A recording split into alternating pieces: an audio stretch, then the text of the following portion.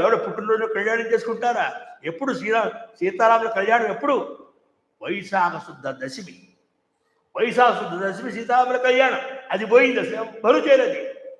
శ్రీరాముడు కళ్యాణం చేస్తున్నారు. ఏం చెప్తామండి? ఇట్లా ధర్మం ఎట్లా అది కనుమరుగైపోయింది, ఎలా దాన్ని మొత్తం తీసి అవతలపడేసేసారు. ఎంత ఎంత భయంకరం వ్యవహారం. సతీ ఈశ్వరులకి ఇందా చెప్పాం మనం, దక్ష ప్రజా కుమార్తె సతీ.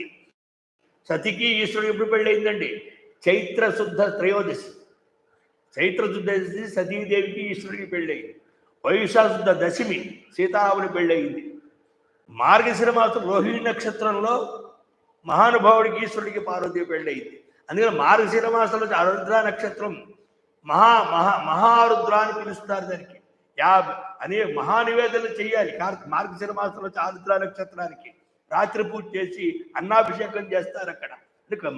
అప్పుడు అద్వైతం వచ్చినట్టు, అద్వైతం సిద్ధించినట్టు.